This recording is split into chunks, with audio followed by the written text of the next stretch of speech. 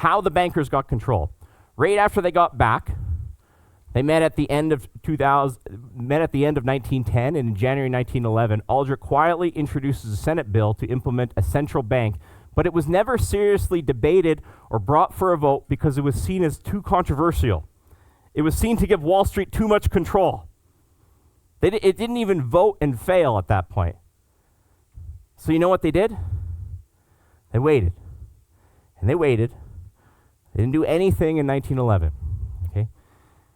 They didn't do anything in 1912. And then in 1913, on December 22nd, most of Congress had gone home for the holidays. In one day, they debated and they passed the Federal Reserve Act. On December 22nd. Think about that. Who in our government is probably even working on December 15th these days? Probably no one. I'm not even sure if they're working on December 1st. Okay? December 22nd. No one was there. Okay?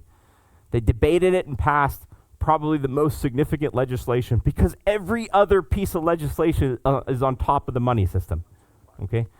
And then on December 23rd, 1913, President Woodrow Wilson signed the Federal Reserve Act into law just in time to fund World War I. That's what happened. There's no dispute on the facts of that happened, of those guys meeting in secret on Jekyll Island, which is essentially a private island. There's no dispute of the fact that Aldrich came back and launched a Senate bill. There's no dispute the Federal Reserve Act was passed on December 22nd, 1913.